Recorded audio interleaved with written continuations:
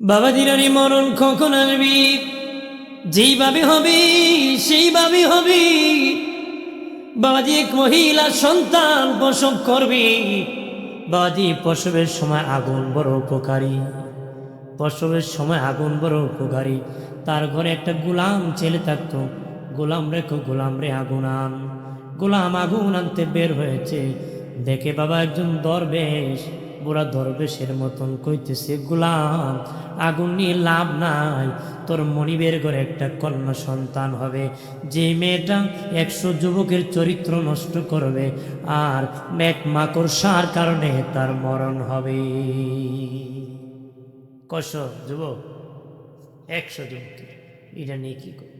যুবক মনে মনে বলে, গোলাম বলে আমি আগুন নিয়ে দিব, আর ওই মেয়ে বড় হইয়া 100 যুবককে জাহান্নামে বানাবে, চরিত্র নষ্ট করবে, হতে পারে না। আমি আগুন তো নিবই না, তাকে নিজ হাতে খুন করে ফেলবো। এমনি চাকুনি পেটের মধ্যে আঘাত করেছে, মহিলাটার ভুঁড়ি বের হয়ে গেছে, বাচ্চার ভুঁড়ি বের যখন হয়ে গেছি, বাবাজি মনে মনে ভয় পেয়ে গেছে, আহারে কার কথায় কারে আমি মেরে ফেলতেছি, কার কথায় মেরে ফেললাম। আমার মনিব যদি বলে কেন আমি মেরেছি, প্রমাণ কি দিব রে? আমার তো মরণ হয়ে যাবে, আবার ফাঁসি। ঠিক যুবক বের হয়ে বলে যে আমাকে বলেছি যে এই মেয়েটা 100 যুবকের চরিত্র নষ্ট করবে, এক মাকড়সার কারণে তার মরণ হবে। দেখি লোকটাকে পাইনি, বের হয়ে দেখে বাবা লোকটা নাই। আর বাচ্চার মা কি করছে, সাথে সাথে ভুঁড়ি ভিতরে ঢুকাইয়া শিলি করে দিছে। আল্লাহ বাঁচাইলে পৃথিবীর কেউ মারতে পারে না, মারতে পারে? আল্লাহ যদি উপরে ওঠায় মানে ফাও দিয়ে টাইনা লামাইতে পারবে? কতক্ষণ জলই দিতে পারবে না। কথা কথা একটু জলই টুলি দেওয়া যায়, এর চেয়ে বেশি আর কিছু করা যায়? আমার প্রাণের দুস্থ বুজুর্গানি খেয়াল করেন ভালো করে। ও বাবাজি, যুবক মনে মনে গোলাম বলি, আমাকে তো মেরে ফেলবে রে, আমি দেশান্তর হয়ে যাব, দেশ ছাড়িয়া আমি দেশান্তর হয়ে যাব। এই দেশ ছাড়িয়ে অন্য দেশে চলে গেছি। এই মেয়েটাও বড় হয়েছে, বাবা ওই ছেলেটা অন্য দেশে যায় অনেক টাকা ইনকাম করেছে, বাবার কাছে টাকা পাঠাইছে, বিল্ডিং বানাইছে, পরে চিঠি লিখেছে, বাবা আমি একটা বিবাহ করব, আমার জন্য একটা কন্যা দেখিও, সুন্দর একটা বিবি দেখিও। তার বাবা সুন্দর একটা কন্যা দেখেছি, বিয়ে করার জন্য বাড়ি এসেছে, বিবাহ করেছে। বাসর করে যখন ঢুকছে বাবা দেখেন বিবির পেটের মধ্যে শিলে একটা দাগ আছে। ও বিবিরি, এটা কিসের দাগ রে বিবি? বিবি কি বলে, স্বামী আমি যখন পৃথিবীতে আগমন করেছিলাম তখন আমাদের ঘরে একটা গোলাম থাকতো, ওই গোলামটা আমার চাকু দিয়া পেটটাকে সিদ্ধি করে দিয়েছিল, তখন একটা ভুঁড়ি, আমার ভুঁড়ি বের হয়েছিল। আল্লাহ যদি বাঁচায় পৃথিবীর কেউ মারতে পারে না। আমার মা শিলি করে দিছে, আমার আল্লাহ ভালো করে দিছে। কার সাথে কার বিয়া?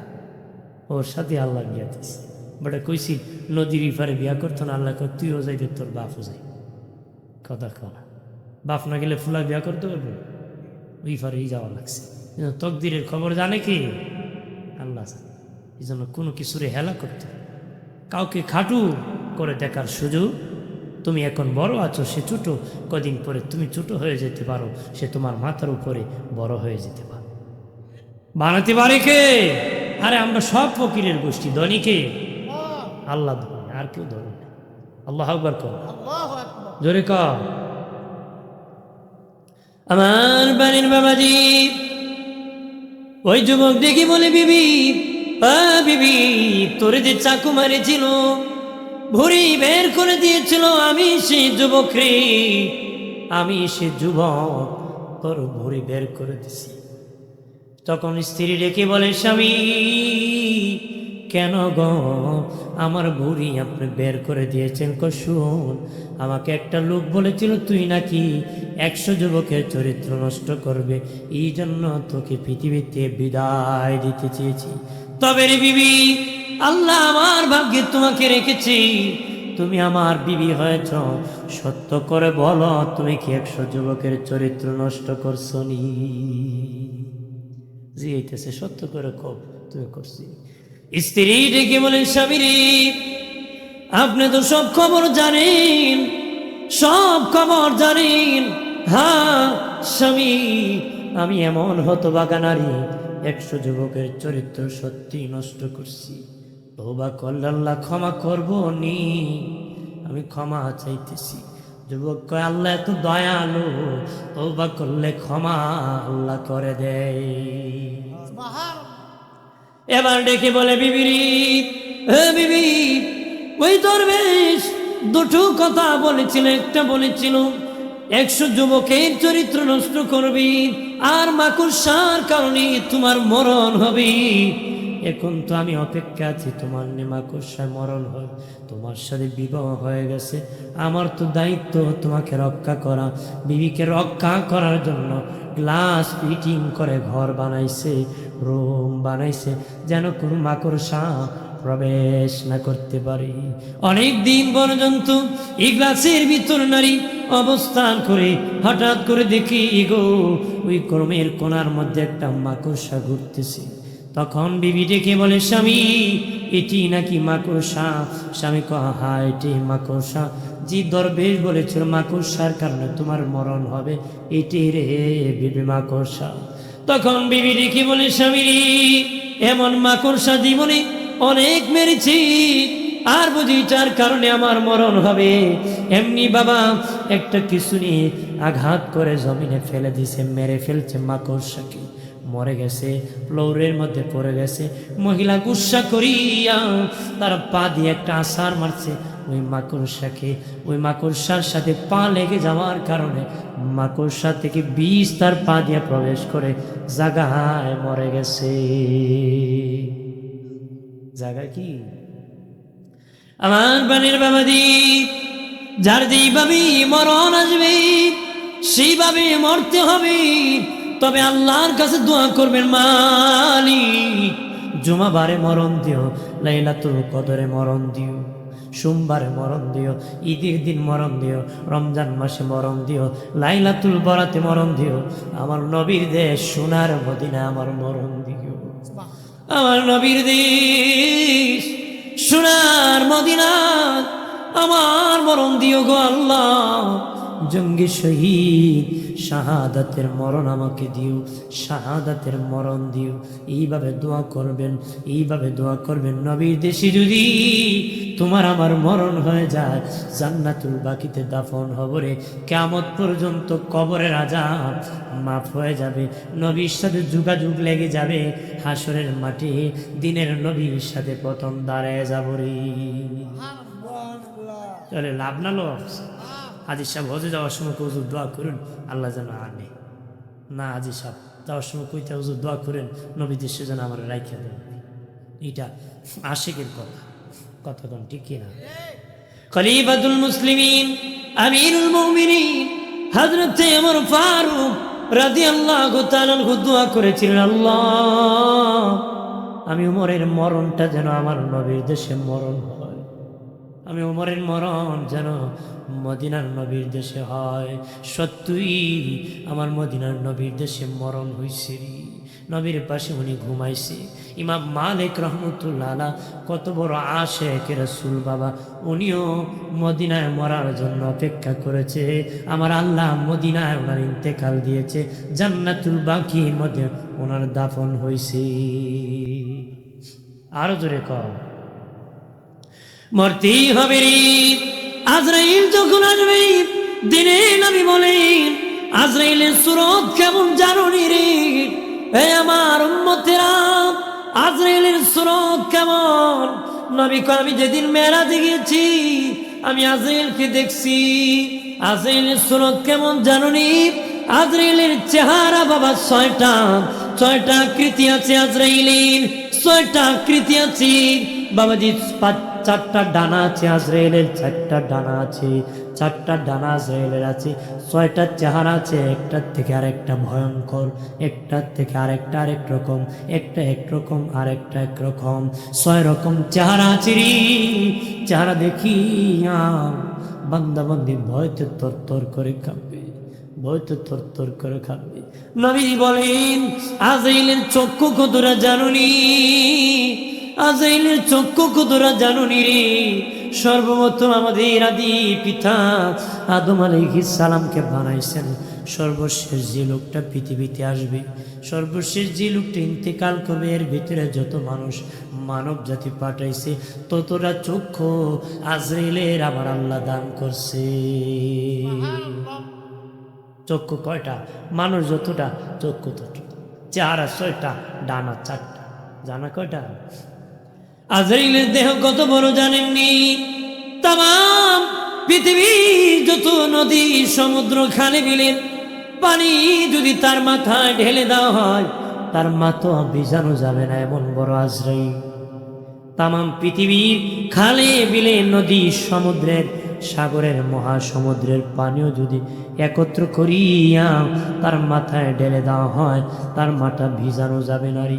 ঠিক প্রাণের বাবা দিনারি মরণের সময় আজরাইল যখন আসে 500 ফিরিস্তানি ঝাঁপিয়া পড়ে যায়, তোমার আমার উপরে ঝাঁপিয়া পড়ে যাবে। নড়াচড়ার কোনো ক্ষমতা নাই, ভাগিয়া যাওয়ার কোনো ক্ষমতা নাই, পালানোর কোনো ক্ষমতা নাই। ভাগিয়া যাওয়ার যদি ক্ষমতা থাকতো নোয়াখালীর বাইসা ব্রাহ্মণবাড়িয়া বাঁচত কথা। আর ব্রাহ্মণবাড়িয়ার বাইসা হবিগঞ্জে বাঁচত, হবিগঞ্জের তালুই বাউন বাইরা আইসা যান বাঁচাইত কথা কনা। দেখানো যাইবা তালুই এখানে দল, এখানে কি ধরব কি না? খারাপ লাগতেছে নাকি? রাত বেশি অতি বিরক্ত করতেছে? একটু বলবো নি কথা কনা, আর একটু বলি ভাইরা আমার, খেয়াল করে ভালো করে। আজরাইল যখন আগমন করবে ইমাম জালালউদ্দিন সুয়ুতী বলেন তার সাথে 500 ফেরেশতা ঝাঁপিয়া পড়ে যায়, নড়াচড়ার ক্ষমতা নাই। যদি জান্নাতি হয় জান্নাতি ফেরেশতা, জাহান্নামী হলে জাহান্নামী, হয় ইল্লিনের নতুবা সিজ্জিনের, দুটার মধ্যে একটা হবে। 500 ফেরেশতা ঝাঁপিয়া পড়ে যায়, নড়াচড়ার ক্ষমতা নাই। আজরাইল দেখিয়া রে বাবাজি, কেউ প্রস্রাব করে দেয়, কেউ পায়খানা করে দেয়, ভয়ঙ্কর অবস্থা। দুটো চোখ বড় বড় হয়ে যায়, মানুষ বড় শান্তি করে। কিতাবে লিখেছি 80 জায়গা দিয়ে রুহ পলাইতে চায়, মানুষের দেহের 80 জায়গা দিয়ে রুহ বাগিয়া যাইতে চায়, এত অশান্তি শুরু, এত যন্ত্রণা, মরণ যন্ত্রণা কঠিন, বড় কঠিন রে মুমিন। 80 জায়গা দিয়ে পলাইতে চায়, মনটা নরম করে। তোমারও আমারও এই কঠিন ভয়াবহ কখন ধরবে না, রাস্তায় ধরে না বাড়ি ধরে জানি না, কখন জানি ভয়াবহ মোকাবেলা করবে, কখন জানি ভয়াবহ মোকাবেলা করতে হবে রে। এর শিমুলগড়ের মুসলিম জনতা ভালো করে শুনে না, নড়াচড়ার ক্ষমতা নাই, রুহটা 80 জায়গা দিয়ে পলাইতে চায়। জন্য বলেছে যারা সাকরাতের বিছানায় থাকে তার পাশে কমজোরি মানুষ বইস না, কোন কমজোরি মানুষ বইস না, কারণ তার যখন রুহ পার দিকে চলে যায় বাবাজি পায়ের অনেক শক্তি বেড়ে যায়, লাথি মারলে তোমাকে শেষ করে দিবে। তার হাতে যখন পলাইতে চায়, হাত দিয়ে যদি বাবা ঘুষি মারে রে, তোমার জীবন শেষ করে দিবে। এমন আছে মালাকুল মউত এসেছি, বাবাজি লাথি মারছে, পিছনের দেয়াল ভেঙ্গে পড়ে গেছে। এমন আছে রে কঠিন মরণ যন্ত্রণা বাবা। নবী হযরত ঈসা আলাইহিস সালামের মা মরিয়মের যখন মরণের সময় আসলো রে, আজরাইল শুরু কবজ করতে, মরিয়ম বলে আজরাইল আমার রুহু তুমি কবজ করবা নাকি? কাহা কবজ করতে এসেছি। আজরাইল আমার একটু সময় দাও, আমাকে একটু সময় দাও রে। কেন দিব মরিয়ম? কারণ হলো আমাকে ওই সময়টা দিবা, কারণ হলো আমি আমার ছেলে ঈসা বাজারে গিয়েছে, তারে বাবার আদর দিছি, মায়ের আদর দিছি, কারণ তার বাবা নাই, আমি মা হইয়া তারে বাবার আদর দিয়েছি। আজরাইল আমার একটু সময় দাও, আমার বাবা ঈসা যেন বাজার থেকে আসিনি, আজকের খুব মনে হয় এই সময় দেওয়া যাবে না রে, ওই সময় দেওয়া যাবে না, মুহূর্তে ওনার রুহখানি কবজ করে ফেলছি। ঈসা নবী বাজার থেকে আসি দেখি বাবা ওনার মা নড়াচড়া নাই, কথাবার্তা নাই। দেখি বলে মা ঘুম থেকে উঠো গো, দেখে মা জনমের ঘুম ঘুমায় গেছে। মা কি হয়েছে? জনমের ঘুম, শেষ বিদায়। শেষ বিদায় কি? ঈসা নবী আল্লাহকে ডেকে বলেন, ও মালিক, আল্লাহ গো, আমি নাই, আমার মার রূহ কবজ করেছে আজরাইল, আমি দেখি নাই আমার মার মরণ যন্ত্রণা কেমন হয়েছে আমি বুঝি নাই। আল্লাহ গো, আমাকে একটু ক্ষমতা দিয়ে দাও, অনুমতি দিয়ে দাও, আমি আমার মাকে জিন্দা করে জিজ্ঞাসা করব তার মরণ যন্ত্রণা কেমন লাগছে। ঈসা নবীর মুজিজা ছিল বাবাজি, উনি মুর্দারে জিন্দা করতে পারতেন। ছাগলকে হাড্ডি থেকে আবার ওই ছাগলের হাড্ডি থেকে আবার ছাগল বানাতে পারতেন, পাখিকে ওই পাখির পাখা থেকে আবার পাখি বানাতে পারতেন। লোকেরা বলল, ঈসারি তোমার মুজিজা জিন্দা করান, তুমি একটা মুর্দা জিন্দা করে দেখাও। ঈসা নবী বাবাজি একটা কবরের পাশে যেয়ে বললেন, আল্লাহর হুকুমে জিন্দা হয়ে যাও। কবরের মাইক লাব্বাইক বলে কবর থেকে দাঁড়ায় গেছি। কাফেররা বলে, ঈসা তুমি তো নতুন কবরের জিন্দা করছো, পুরান কবরের পারবা না। নাউজুবিল্লাহ। ভাবছে মুর্দারে কোনো জিন্দা করতে পারবো না, কিন্তু দাপ্পার জন্য আইসে কইমু করতো পারতো না, মুসলমান হইতেও না। মুসলমান কি এরকম আছে না? বেটা কুশিল আমার যদি বুঝাইতে পারো খেত আমি দেয় হার রাত বেঁধে বেটারে বুঝেছে বিভিন্ন লোক, আমি কিছুই বুঝছি না। কথা কর বুঝদারে বুঝানো যায়, সজাগ রুলে ঘুম থেকে তোলা যায়, যে সজাগ থেকে জব দে না এরা ঘুম থেকে তোলা যায় না। কথা কোন ঠিক কিনা? আমার বানের বাবারি ঈসা নবী বললেন, যাও যাও তাহলে পুরান কবরে নিয়ে যাও। এমন একটা পুরান কবরে নিয়ে গেছি বাবাজি, ইব্রাহিম খলিলুল্লাহর বাবাজি বিদায়ের আগে একটা কবর বাবা, পুরান কবরে। ওই পুরান কবরের পাশে ঈসা নবীকে নিয়ে গেছে। ঈসা নবী যাইয়া ওই কবরের পাশে বলছে, জিন্দা হও। বলতে দিতে এত পুরান মাইয়ে দাঁড়াইতে দেরি করে নাই। কি করে না? ঈসা নবী তাকে দেখি তার দাড়ি সাদা, দেখি বলেন এই কবরের মাইত, কারণ ইব্রাহিম নবীর আগে কারো চুল দাড়ি পাকে নাই। বাবাজি জানিয়ে রাখেন, ইব্রাহিম নবীর আগে কারো চুল দাড়ি পাকে নাই, আদম নবীরও পাকে নাই, শীষ নবীর পাকে নাই। এরকম যারা এসেছিলেন নবী পয়গম্বর, উম্মত, আস্তিক নাস্তিক, মুসলমান, ইমানদার, কাফির যারা আছে, কারো চুল দাড়ি ওই সময় পাকে নাই। সর্বপ্রথম চুল দাড়ি পেকেছিল আমাদের জাতির পিতা ইব্রাহিম খলিলুল্লাহর চুল দাড়ি পেকেছিল। বাবাজি ইব্রাহিম নবীর যখন কয়েকটা দাড়ি সাদা হয়ে গেছে, আল্লাহ ইব্রাহিম নবী কো, আল্লাহ এটা কি সাদা দে হয়ে গেছে? আল্লাহ কি, ইব্রাহিম এটা তোমার ইজ্জত। কন্যা সুবহানাল্লাহ। ইব্রাহিম নবী কি বলি, মালিক ও মালিক, দাড়ি সাদা হলে যদি ইজ্জত বাড়ে গো, আরো বাড়ায় দাও, সব সাদা করে দাও, ইজ্জত তুমি বাড়ায় দাও। এই জন্য দাড়ি যার পাখি ইজ্জত বাড়ে। দাড়িওয়ালা দোয়া করলে আল্লাহ কয় আমার শরম লাগে। আরো জোরে কর বেড়া, কোনো কালি মেরে কালা করো। কথা কর বেড়া, বড় হয়েছে যে মানুষ কইতে পারত, কালি মারতে মারতে তু তো হতে পারে। কথা কর আছে কি না? যদিও সাদা দাড়ি কালো করছে, বুড়ো হইতো না, কিন্তু ফ্যান খুললে ফুরে যাইতেছে, লঙ্গি খুলে ফুরে যায়, তার মানে বোঝা গেছে বুড়ো হয়েছে। কথা কোন ঠিক কিনা? বয়সের কারণে যারা পাকছে কালি টালি দিয়ে, বয়সের কারণে যারা পাকছে, 30 বছর একটা যুবকেরও চুল পেকে যায়, পাকে না। হে বেটা তুই দিতেই না, বেটার বউ দিব কেটা। কথা ঠিক না? কিন্তু বয়সের কারণে যার পাকছে আপনারা কালি দিয়ে বানের বাবাজি খেয়াল করেন, ভালো করে। ঈসা নবী বলল, এ কবরের মাইত, ইব্রাহিম নবীর আগে কারো চুল দাড়ি পাকে নাই রে, তোমার কেন চুল দাড়ি পাক না রে? সে ডেকে বলে, নবী আমি যেদিন মরেছিলাম আমার দাড়ি চুল দাড়ি কাঁচা ছিল গো, কবরে যতদিন ছিলাম চুল দাড়ি কাঁচা ছিল। আপনি যখন বলেছেন জিন্দা হওয়ার কথা বলেছেন, আমি ভেবেছি কিয়ামত মনে হয় কায়েম হয়ে গেছে। আমি ভেবেছি কিয়ামত কায়েম মনে হয়ে গেছে। হাসরের মাঠে ভয়াবহর ভয়ে আমার চুল দাড়ি পেকে গেছে। আল্লাহু আকবার। ঈসা নবী তার মা মরিয়মকে জিন্দা করে বলে, মা, ও মা, তোমার মরণ যন্ত্রণা কেমন লেগেছে গো মা, বলো। আমি সন্তানের কাছে বলুন। ঈসা নবীর মা মরিয়ম ডেকে বলে, রে বাবা ঈসা, আমি পয়গম্বরের মা। আজরাইল যখন আমার রূহ কবজ করেছে, এমন যন্ত্রণা পেয়েছি রে।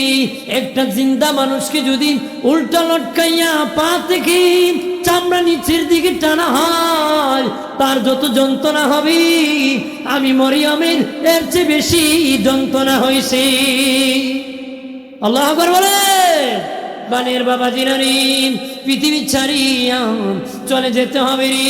রূহ যখন কবজ করা হয়, দেহটা জমিনে পড়ে থাকে, মানুষ কান্না করে তখন লাশ হয়ে যায়, অমুক ইন্তেকাল হয়ে গেছে।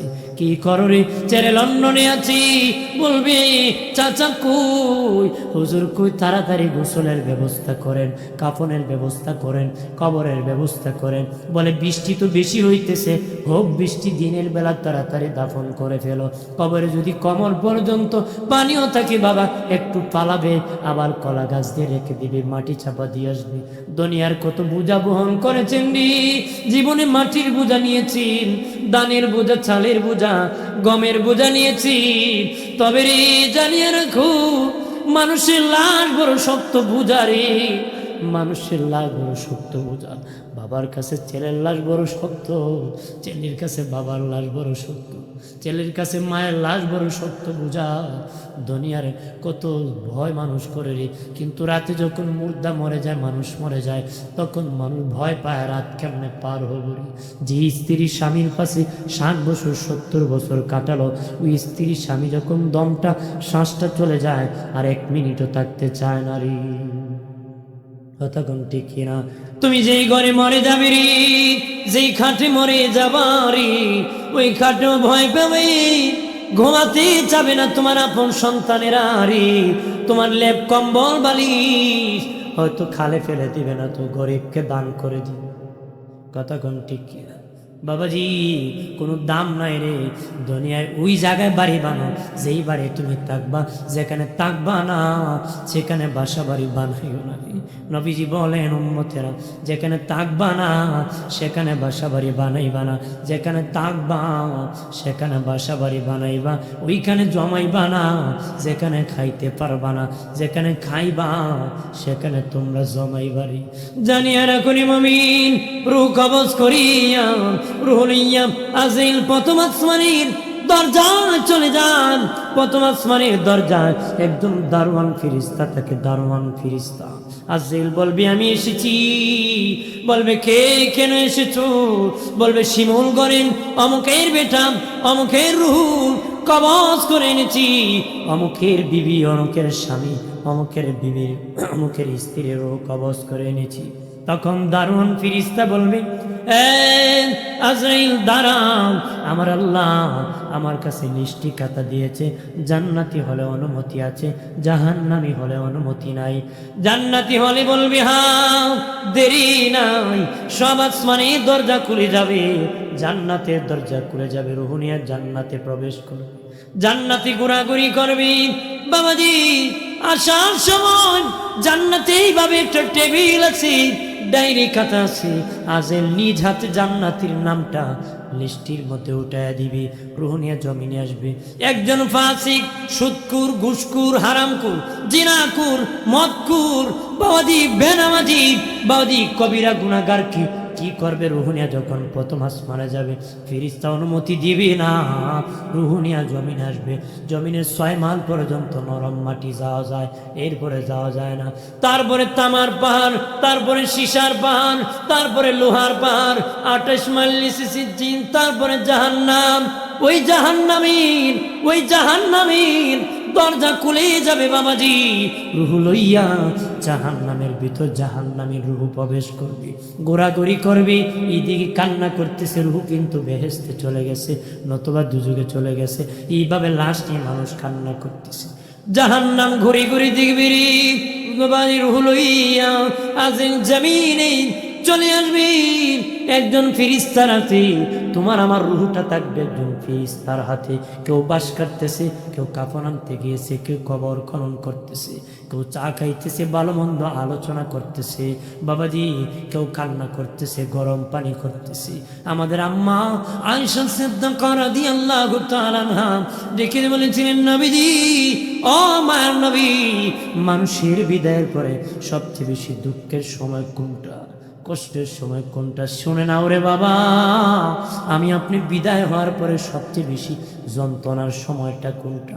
আমি আপনি যখন মরে যাব, রূহ যখন কবজ হয়ে যাবে বাবাজি, যখন আমার আপনার দেহ থেকে কাপড় চোপড় খুলে ফেলবে সন্তানরা, মায়ের কাপড় মেয়ে খুলবি, বাবার কাপড় ছেলে খুলবি, টানিয়া টানিয়া লুঙ্গি খুলে ফেলবি রে বাবাজি, কেঞ্চি দিয়ে কেচি দিয়ে গেঞ্জি কেটে ফেলবে, একদম বাবা কাপড় চোপড় খুলে ফেলবে। আম্মা যেন আয়েশাকে নবী বলেন, নবীজি বলেন, আয়েশা রে, তখন মুর্দার চিৎকার করে কান্না করে বাবা রে, আমার আলমিরাতে অনেক লুঙ্গি রেখেছি, অনেক গেঞ্জি আছে, অনেক পাঞ্জাবি আছে, আমি বাবা জীবনে তো আর কোনোদিন পরবো না রে। এই সন্তান, আমার যেইগুলা পরনে আছে ওইগুলা পড়তে দাও, আমার আর কিছু কম সময় পড়তে দাও। নবী বলেন, আয়েশা, পৃথিবীর কেউ মানে না রে, টানিয়ে টেনিয়া কাপড় চোপড় খুলে ফেলবে, তখন মুর্দার চিৎকার করে কান্না করবে। ইন্তেকালের পরে এক নম্বর যন্ত্রণা, একটু চিল্লায় বলি আল্লাহু আকবার। 2 নম্বর যন্ত্রণা হলো নবীজি বলেন, আয়েশা রে, আয়েশা, মরে যাওয়ার পরে যখন লাশ উঁচু জায়গার থেকে নিচু জায়গার মধ্যে নামায় দেওয়া হয়, যেই খাটিয়ায় মরে গেছি ওই খাটিয়াতে ঢালাইতে যখন না হয়, হযরত ওমর ফারুক রাদিয়াল্লাহু তাআলা আনহু বলেন, পৃথিবীর মানুষ শুনে নাও, তোমার মা মরে যাক, বাপ মরে যাক, এত তাড়াতাড়ি নিচু জায়গার মধ্যে নামায় দিও না, লাশটা একটু উঁচু জায়গার মধ্যে রেখো, সম্মান কইরি। বাবা যদি জীবিত থাকতো ঢালার মধ্যে বাবারে ফালায় রাখত না, একটু উঁচু জায়গার মধ্যে রাখত। আমিরুল মুমিনিন কইম, ও যে তোমার ফারুক বলে, পৃথিবীর মানুষ, তোমার বাপ মরে যাক রে, মা মরে যাক, একটু উঁচু জায়গার মধ্যে লাশ কানে রাখিস রে, নিচু জায়গার মধ্যে রাখিস না, মানুষের সম্মান আছে। এই জন্য আমরা খাটিয়া উঠায়া জানাজার নামাজ পড়ি। যখন বাবাজি তোমার আপন কাঠ থেকে, তোমার গরিব আপন কাঠ থেকে লাশটাকে নামায় দেওয়া হয়, তখন রুচি কাঠ দেয়া বলে, বাবারে ওই কাঠে বহুদিন ঘুমাইছি রে বাবা, এই খাটে বহুদিন ঘুমাইছি, আরো কিছুক্ষণ বাপরে ঘুমাইতে দাও। নবী কয়, পৃথিবীর কেউ মানে না, আশা খাটে ঘুমাইতে দিবে না, আস্তে করে খাট থেকে সরাই দিবি। ইন্তিকালের পরে 2 নম্বর যন্ত্রণা, একটু চিল্লায় বলে আল্লাহু আকবার।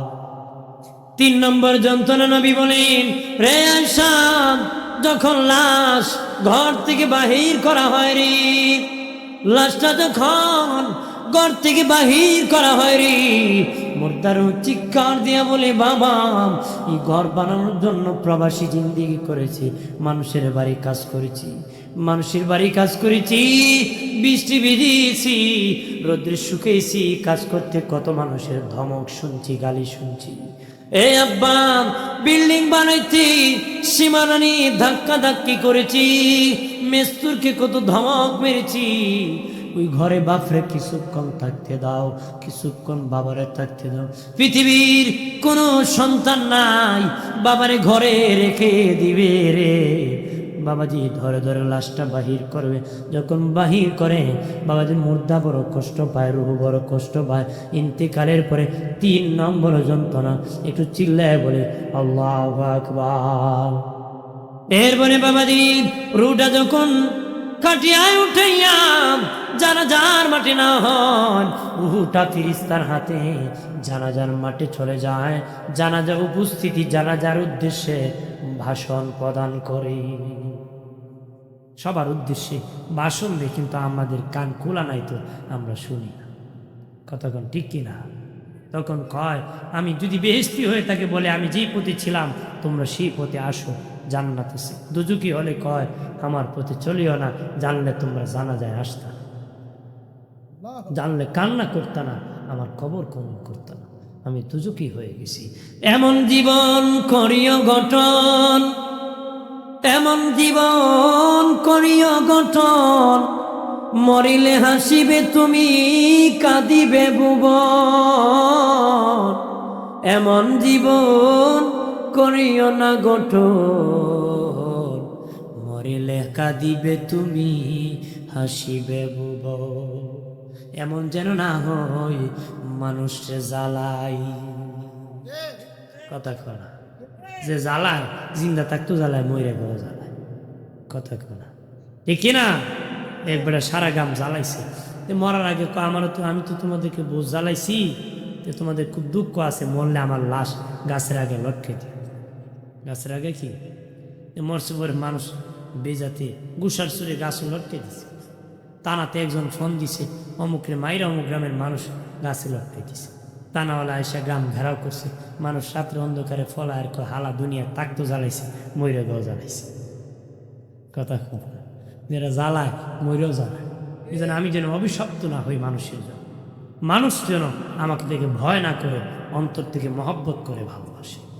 দোষী পরে আল্লাহুম্মা, কাফনের কাপড় পরতে হবে, আরে সেই কাফন তো আপনা। ধনী বলেন গরিব বলেন, আজরাল কাউকে সারবে না। আল্লাহুম্মা সাইয়্যিদিনা মাওলানা মুহাম্মদ ওয়া আলা আলি সাইয়্যিদিনা মাওলানা। আমার প্রাণের দুস্থ বুজুর্গরানি, জানাজার পরে যখন কবরে নামাই দেওয়া হয়, বাবাজির সাথে সাথে রুহুটা কবরের ভিতর ঢুকে যায় রে। জিন্দা করার আগে দুজন ফেরেশতা আছেন, নাজির এবং বাসী। ও দুজন আসিয়া ব্যক্তির চেহারা দেখে মানদণ্ড করে, ভালো না মন্দ মানদণ্ড করে। জিন্দা করার পরে 40 কদম যেতে যত সময় লাগে, এর ভিতরে মুনকার নাকি দুজন ফেরেশতা আগমন করে। কয়জন? 40 কদম যেতে, 40 কদম যেতে যত সময় লাগে, এর ভিতরে বাবাজি ফেরেশতা কবরে প্রবেশ করেনি। তবে বাবাজি নতুন কবর থেকে 40 কদম দূর গিয়া দোয়া করার কোনো বিধান নাই। বাবাজি 40 কদমের কথা যেটা বোঝানো হয়েছে, সময় বুঝাইতে গিয়া যে ওই সময়ের ভিতরে কবরে মুনকার নাকি আসে, জিয়ারত কিন্তু সুন্নত তরিকার, কবরের সামনে দাঁড়ায়া জিয়ারত হবে। আমরা কিন্তু উড়াউড়ি লাগে, আউরে 40 কদম দূরা, 40 কদম দূর নাইলে ফেরেশতা মনে আইতো না। কথা কন সবাই যদি মিল্লা কবর উপরে ঘুমাইতো, এরপর মুনকার নাকি আইব, সওয়াল জবাব বলবো। সওয়াল জবাব কি? এই জন্য 40 কদম দূর যাওয়া কোনো শর্ত না, কোনো বিধান না। আমরা কবর সুন্নত তরিকা জিয়ারত করা, কি করা? সামনে রাখিয়া জিয়ারত মানে সাক্ষাৎ। জিয়ারত মানে কি? মাইতের চেহারা কেবলার দিকে, বাবাজি মাইতের চেহারা কেবলার দিকে, আর আমি যখন পশ্চিম দিকে পিঠ দিই কবরস্থানের দিকে তাকাবো, তাহলে তার চেহারা আর আমার চেহারা সাক্ষাৎ হবে, মিলন হবে। এটা কি বলে? জিয়ারত। এটা কি বলে? সাক্ষাৎ, দাঁড়ায় জিয়ারত করবে। আমার বানের বাবাজি খেয়াল করেন ভালো করে, ও বাবাজি কবর জিয়ারত বেশি বেশি করে করবেন। নবীজি কবর জিয়ারত শিখাইছেন, রবিবার দিবাগত রাত্রি জিয়ারত করা সুন্নত, বৃহস্পতিবার দিবাগত রাত্রি জিয়ারত করা সুন্নত, 2 ঈদের দিন জিয়ারত করা সুন্নত, লাইলাতুল বরাত লাইলাতুল কদরে জিয়ারত করা সুন্নত, দাফনের পরে জিয়ারত করা সুন্নত। বাকি যে কোনো দিন যে কোনো সময় কবর জিয়ারত করা জায়েজ। নবী কয় বেশি বেশি করে কবর জিয়ারত করবা, করলে মুর্দারও লাভ জিন্দারও লাভ হয়। এই জন্য সুন্নিরা জানাজার পরে দোয়া করে। কতক্ষণা এই জন্য বাবাজি আমরা যারা হলো সুন্নাহ ওয়াল জামাতের মানুষ, মৃত ব্যক্তির জন্য বাবা জানাজার পরে 2 হাত বাড়ায় দোয়া করে। তারা কয় জানাজায় নাকি দোয়া, ডাইরেক্ট যদি দোয়া কন ইমান চলে যাবে। কারণ জানাজাকে কোরআনে আল্লাহ সালাত বলছে। ওরা কি বলছে? জানাজাকে আমার আল্লাহ কোরআনে সালাত বলেছি। সালাতের মাধ্যমে দোয়া বলতে হবে, ডাইরেক্ট দোয়া বলা যাবে না। কারণ কোরআনে জানাজাকে আমার আল্লাহ সালাত বলেছে। বাবাজি নামাজের ভিতরে আমরা যখন বাবা দোয়া করেছিলাম আল্লাহ ফিলি হাইয়িনা ওয়া মাইয়িতিনা, তার মানে আগে হায়াতের কথা কইছি, তারপরে মাইয়িতের কথা কইছি। আগে জীবিতের কথা কইছি, তারপরে মৃতর কথা কইছি রে। এই জন্য সুন্নিরা জানাজার পরে মৃত ব্যক্তিকে খাস করে তাকে টার্গেট করে আরেকটা দোয়া করে। সুবহানাল্লাহ। নবীজি জিয়ারত করেছেন, আল্লাহ নবী সাহাবী হযরত আবু জার গফারি রাদিয়াল্লাহু তাআলা বলেন, আল্লাহ নবীর সাথে আমি মদিনার কবরস্থান জান্নাতুল বাকি কবরস্থান জিয়ারতে গিয়েছি। জান্নাতুল বাকি কবরস্থানে গিয়েছি, নবীজি 2 হাত বাড়াইয়া জান্নাতুল বাকির মধ্যে দোয়া করছে।